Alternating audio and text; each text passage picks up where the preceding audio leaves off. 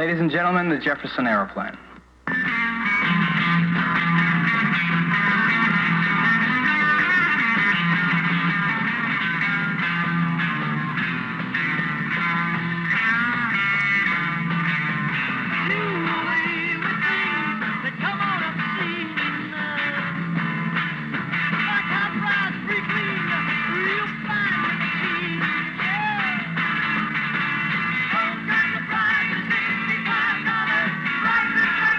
Gracie Slick is special. As the lead singer of the Jefferson Airplane, now called Starship, she's unquestionably one of the queens of rock music. I guess because for a time they were both in San Francisco and were both women singing lead with top rock and roll bands. The comparison between her and Janis were very much in vogue before Janis died.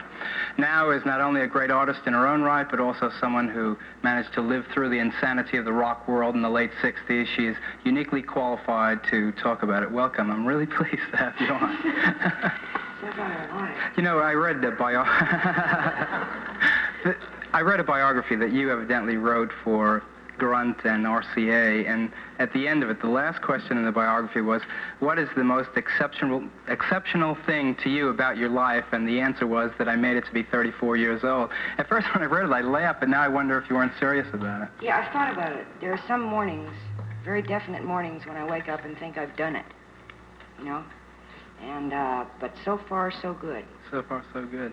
During the whole San Francisco thing and all that, the acid rock, and when drugs became so much a part of life and music, starting in the West Coast and then here in the late 60s. I mean, how much were you all into it? Well, it depends on which drugs you're talking about. Well, I'm not talking about heroin. I'm talking about the hallucinogenics. And... Well, any of them, actually, because I've not tried heroin, so I don't know about it. I'm afraid of it because I'm so goofy that I usually like more of everything that's there. It's like food, you know, if they bring a plate this big of cream spinach, I'll try and eat the whole thing because I love cream spinach. And the same with everything. And that's why I was wondering about people saying everybody tried to kill themselves. I don't think so. You asked me that before.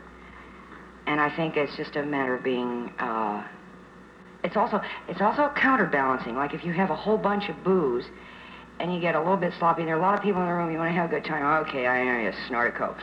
Like that. Have a big snort of Coke, and all of a sudden you're rigid like that. I think I better have some more booze to calm that down. Well, I better have some more Coke to get up, and you just keep doing it until you're out. But I don't think a lot of these people want to do themselves in. It's just a matter of you forget how many of whatever it is you just had. You know, it's like, hey, Grace, this is the 45th snort. You want to cool it?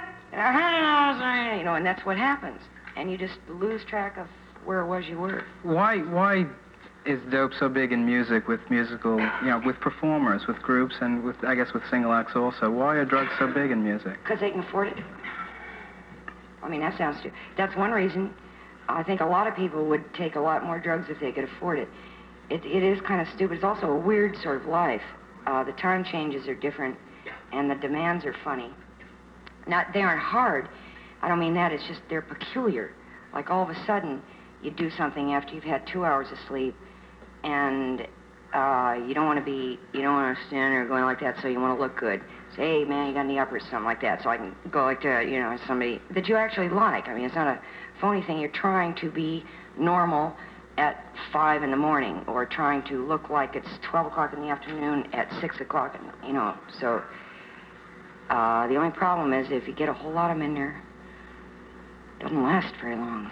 Do you think that you've changed, I mean, moderated since the late 60s, since, you know, the first San Francisco acid trip business? Yeah, but I've never taken acid on stage unless I was dosed, because one time it happened, somebody dosed us, I took, I don't know whether it's Coke or something like that, but I don't like it, because all I heard was one instrument. I could hear the bass, and that was it. And I couldn't hear anybody else, you know, and I kept thinking, I've got to hear something else because I don't know where I am. And I was playing a piano, and we were in a place that looked like a flying saucer kind of thing anyway. And, of course, if you take a lot of acid, it looks like the whole world, and it was weird, and I couldn't hear anything but the bass, so I don't really like it. I prefer to be a little straighter. I'll get drunk later.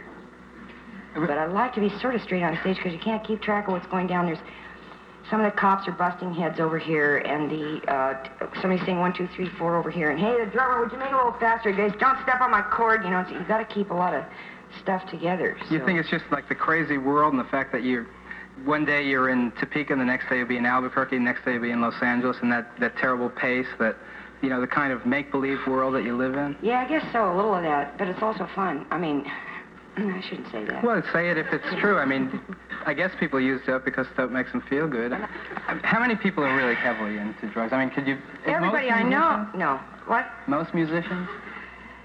No, not really. Almost everybody I know, including, you know, my mother and father, likes one thing or the other. Like, if you take 14 steaks a day, you're probably going to die. So it's the same thing with anything. A little bit of almost anything probably will not hurt you. It's the whole lot of 1 or 2. You know, like 90 snorts and 4 bottles of wine, and you're going to hurt. You know, I asked you as kind of a joke before, but they died and you didn't die. How come? It's just, I'm lucky. I didn't take that, or Paul or somebody said, hey, look, dummy, you know, like that. But I think that's the only reason. Just an accident. Luck, right. Well, I'm glad it didn't happen. Also, I've never had any heroin. I'm really afraid of it because I'm so dumb. Did you know Hendrix? Yeah, I know you played with him at Monterey. I talked to him a couple times, but didn't know him well.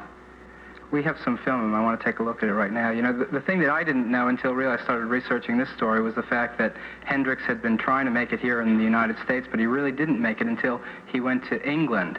And that phenomenon, why it happened, Mick Jagger explains right now. I mean, I didn't know nothing. I just thought he would just come out of nowhere. And, like, we just adopted him, we felt, in England, like, because he was great and, like, he wasn't big in America, and he'd come here. So, I mean, he'd come to England, and we were there, and, like, and he had his first record in England, like, and he was ours, you know.